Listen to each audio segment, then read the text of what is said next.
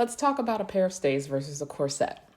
A pair of stays, also known as a pair of bodies, is a garment that predates the corset by at least 2 centuries, coming into popular use in the 17th century. It's usually made from a stiff material, boned and laces up and gently shapes the torso beneath the bodice of women's garb to give the fashionable silhouette of the time. It wasn't really meant to transform the body through reduction, and it was common to wear as a bodice for the top part of a gown up until about the 1720s when it became strictly an undergarment. Typically, it has an inverted conical shape with tabs that smooth but provide flexibility at the hips. There were fully boned and half-boned styles, and baleen, or whalebone, was used for boning, though sometimes there were wooden busks. Working-class women all the way to upper-class women and royalty wore stays. Front lacing made it simpler for the working class to put them on themselves, and wealthy women often had back-lacing stays they would be helped into by a lady's maid. Around the late 1700s, the shape began to transition to be curvier and shorter until the Regency stays appeared, and then they all slowly disappeared, and around the 1820s and 30s, the Industrial Revolution has kicked into gear, and now factory production changes handmade work and steel replaces whalebone. Busks with eyelets appear and increase the tightening power, and what we know as the corset appears. Garden Corsetry specializes in high-quality contemporary and historical corsets, both under and over bust.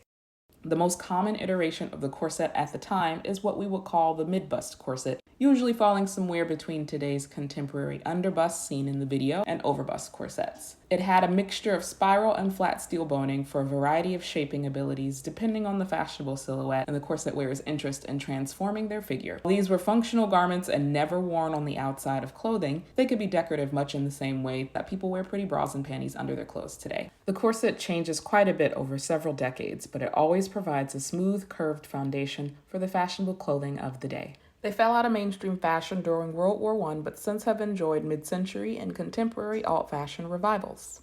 Thanks for watching.